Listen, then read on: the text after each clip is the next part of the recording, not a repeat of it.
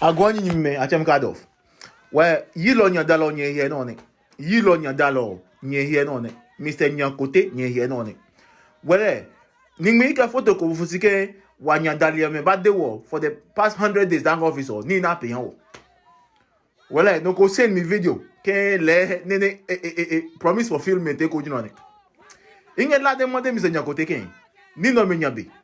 Le mo nye ba o moto kake, nye ba o bicycle kake, nye ba o dade kake yo. Enyabe. Right?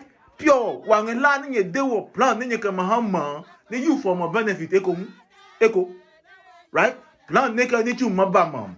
Plan ne ni ma chake nge mam. Lo wala ni se comme no hando go bicycle kake, wa hando go goji comme no happen kake yo. Ne mo de ke mo convince wo chobelo. Dabi je mo no nyabe mi se Nyankote. Enyabe. Pure wa hem cho.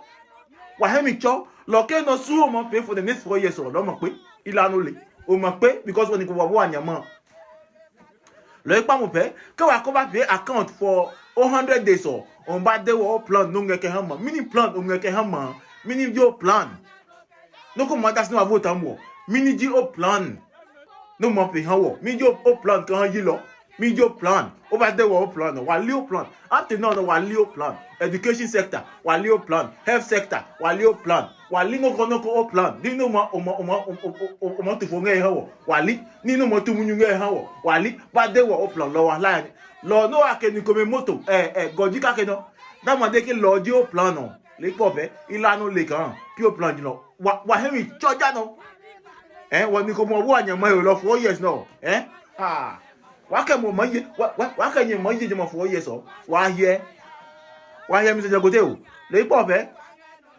organize town hall meeting nobody dey work plan second video every week o wa ke mo nge Facebook wa ke mo nge the Facebook wa ke mo nge Facebook no wa ke mo nge ngetum